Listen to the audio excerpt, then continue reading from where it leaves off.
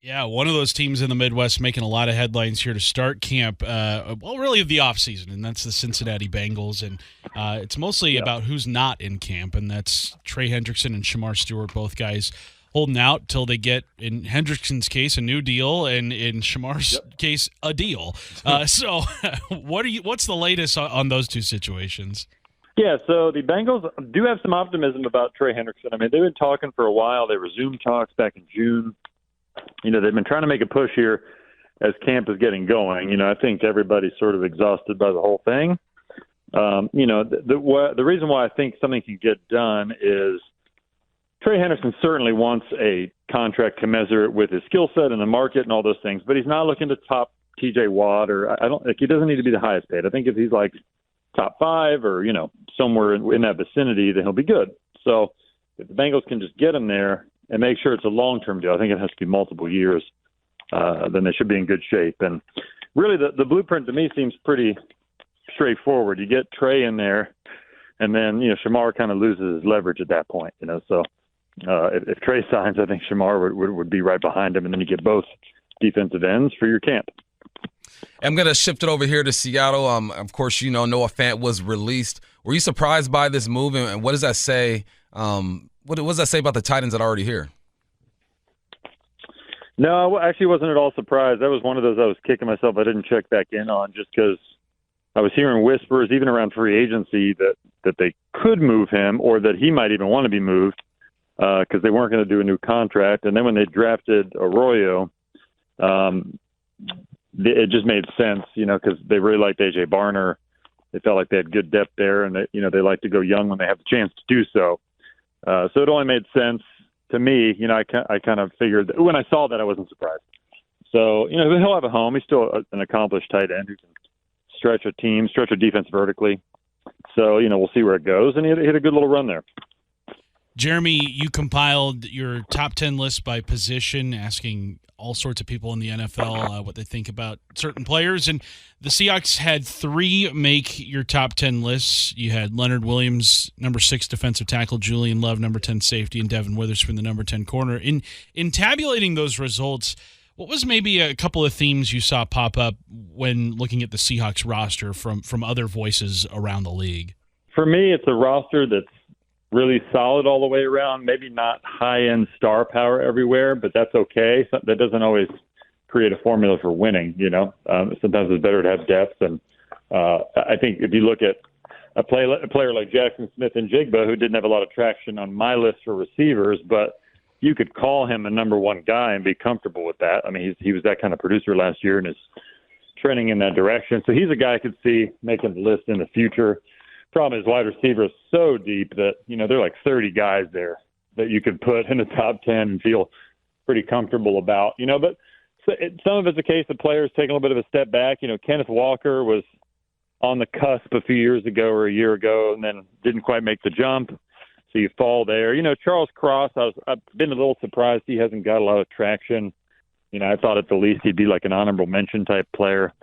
Didn't quite get there. So you have a lot of intriguing young players that they've drafted and developed, and you would say, like, they're not busts. They're good players. They just haven't ascended to that top level yet.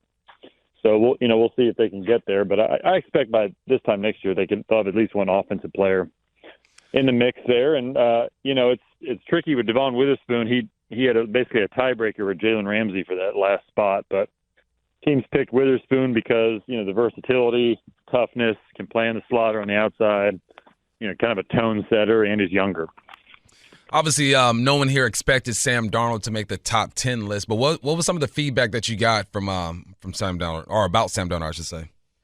Yeah, so Sam didn't have a lot of traction on my list as far as the votes go, but certainly there's an acknowledgement that some people around the league do look at him as interchangeable with Geno Smith a little bit. Different quarterbacks. Geno's probably a little further along as like a polished passer at this point, but Darnold probably has a little more upside, and I think for functions of winning and sort of weight class of quarterbacks, they're probably both like right in the middle somewhere, maybe in that 16 to 20 range, as far as the 32 quarterbacks. So you can win with that, and both players have shown that you can have a career resurgence. That's been really cool to see, quarterbacks like that getting big money, getting new contracts, coming off of when it looked like their career might be dead. So, certainly I think the feedback with Darnold is that this is a guy who threw 35 touchdowns last year. I believe that was the final number. Like, that's hard to do. You can't just fall into that no matter what offense you're in. Even if you have Justin Jefferson and Kevin O'Connell as your play caller, like, you still have to produce, and that's hard to do. And, now I think for him it's more showing a full body of work and that he can overcome last year's struggles late in the year, where defenses maybe figured him out a little bit. Was that the case? Or did he just struggle a little bit and he's going to have maybe more success in December and January this time around? Jeremy, was there a team or two that when you were tabulating results were getting maybe more positive results than you thought they were going to get at the outset of your survey? Ooh, surprise teams. Let me see. Not necessarily. I mean, the Ravens had maybe – I knew there was a really good roster, but they had a little bit more than I thought. The Eagles are never surprising because they're loaded at every position. Chiefs were toward the top. The Bucks, I guess, that was kind of a surprise a little bit. The Jets were surprised. They had 4 players in the top 10. If you were to ask me who has the better roster, Seattle or New York, I would say Seattle. But the Jets have more top 10 players than them because Garrett Wilson snuck in there. And Sauce Gardner, is still in there, guys like that.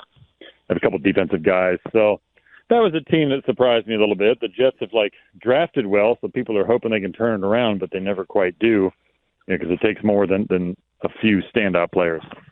Is there a team that you expect to make a bigger jump this year? Maybe it is the Jets. It's crazy when you talk about the Jets because they got names on that roster but just haven't been able to figure it out.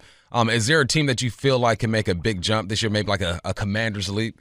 Ooh, that's a good question. So, kind of like Tennessee a little bit. We'll see where that roster goes, but I am a Cam Ward believer. I think he's going to have a really good offensive line around him. They've really built that up, and they're saying, hey, we're going to support a rookie quarterback. We got the right guys there. So they spent almost $100 million in free agency and back-to-back first-round picks on the O-line. So it's got to work. And they have Bill Callahan there as their O-line coach. He's one of the best. So I do think the offense will be on the uptick, and the defense there has always been pretty good. So I'm going to say in a winnable division, I'll go Tennessee as sort of my surprise team. Jeremy, the team that's grabbed the biggest headlines this offseason would be the Steelers in just the names that they've acquired, all household names, Jalen Ramsey, Aaron Rodgers, and DK Metcalf. How's the fan base treating those moves? Is it with optimism because of we know what all those guys can look like at their peaks, or is it maybe skepticism since all of them kind of come to Pittsburgh with various question marks? Where's that Steelers fan base right now in viewing their offseason? Somewhere vacillating between those two. I mean, all the above. I think there's a little indifference to it, a little bit of, is there going to be buyer's remorse here for picking a quarterback that's in his early 40s at this stage, no matter how good he's been? It didn't look great with the Jets, Achilles injury. What exactly are you getting? But then also, I think it's refreshing to some Steelers fans that this is a team that no matter where you are in the pecking order of the NFL, if you're sort of so-called stuck in the middle, you still have to try to build a Super Bowl roster. Like when I talk to people in Pittsburgh, that's what they say. We're trying to win a Super Bowl. We're not hiding from that. So we're making moves accordingly, And this is a team that it's just not going to tank. Like I think there's a appetite with certain fan bases where if you're in the middle, if you're winning 8 or 9 games a year and you're sneaking into the playoffs and you're not winning in the playoffs, they're like, hey, we're stuck. We don't have a quarterback. Let's just tear it down. But then, look at the Giants last year. They have a miserable season, win 3 or 4 games, and then you still don't get the number 1 pick. And a quarterback that only had really one quarterback, which is Cam Ward in that draft, was sort of considered him and the rest. So that often doesn't work, and I applaud the teams that try to go all in. So, and really I think the Steelers feel like this is their best quarterback outlook they've had since the peak Big Ben years. They've had a pretty ugly carousel of signal callers that haven't worked out. When you look at this division, a lot of people just put the Rams at the top of the NFC West and say, okay, everyone else figure it out. How do you view it? Do you see the Rams as the clear-cut favorite? Do you think the Niners are close? The Seahawks, how do you look at this West? Yeah, I don't know if I remember this division being more wide open, because San Fran, to me, is a little bit in transition. They're almost in a mini rebuild where they had to scale back their salary cap in some areas, but they're still heavy on star power, and I'm betting on Kyle Shanahan to get the most out of young players. So they're going to be right there. Seattle, from what I saw from Mike McDonald after the bye last year, he can handle the coaching part. Like, he's a really bright coach. The question is, can he be the sort of leader that they need to be a consistent playoff team? I think he can, but, that's just something he's got to show over time. But they should be right there. Arizona's one of my sneaky contenders. I mentioned Tennessee. I'd go Arizona, too, a little bit. To me, they're on a upward trajectory. And then we know what the Rams can do. And they're replacing Cooper Kupp with Devontae Adams. Most would look at that as an upgrade, combined with a defense that's really good and really young. So right now, if I had to pick a favorite, I'd say the Rams. But to me, it's wide open, maybe more wide open than any other division, in my opinion. Sticking here in the NFC West, Jeremy, earlier we talked about the Noah Fant release that frees up about almost $9 million in cap space. Do you see the Seahawks using that more on extending guys that are already here on the roster? I know a lot of the 2022 draft class is up for extensions. Or do you think that's maybe money that they could use to go out and acquire somebody to add to this roster? Well, the Seahawks will always be looking to acquire. I don't know if they're going to make splash moves per se, but they're always looking at depth, and if they can get, quality free agent or a quality kind of low-key trade at a reasonable cost, I think they'll look into that, but that's sort of a case-by-case situation. As far as key players keeping them around, Kobe Bryant comes to mind. I know they have interest in extending him at some point, the safety who's kind of play all over the defensive backfield, but he was in particular a fit for Mike McDonald. I know McDonald really took to him and used him in a variety of ways. And then Tariq Woolen, he's a proven guy. Certainly with his length and speed, he's fascinating because he would do really well in free agency. He's the kind of guy that would strike big in free agency, but is he willing to wait a year, or is the cornerback market just too high where Seattle doesn't feel like they can entertain that if he's not a top tier, top 10 guy, which I would say Witherspoon is kind of there more so than Woolen at this point. So that's a tough conversation.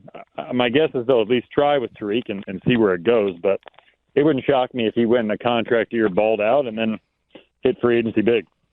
What are your expectations for this defense? You just mentioned a bunch of names, right? You got Tariq Woolen over there. You talked about Witherspoon, the safety situation over here. We have high expectations for this defense. How do you see it? Yeah, I certainly don't see why not. I think they just need to get the most out of the pass rush, the edge rusher position. We saw Leonard Williams is in a prime spot where Mike McDonald knows how to use those interior guys. He did it with Nnamdi Matabuke 2 years ago in Baltimore.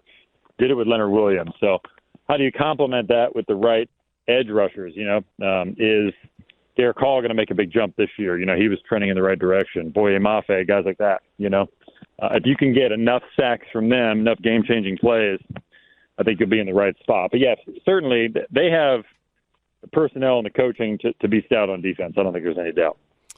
He is ESPN's Jeremy Fowler. Jeremy, we appreciate your time, man. Thanks, Jeremy. Hey, anytime, guys. Thanks for having me.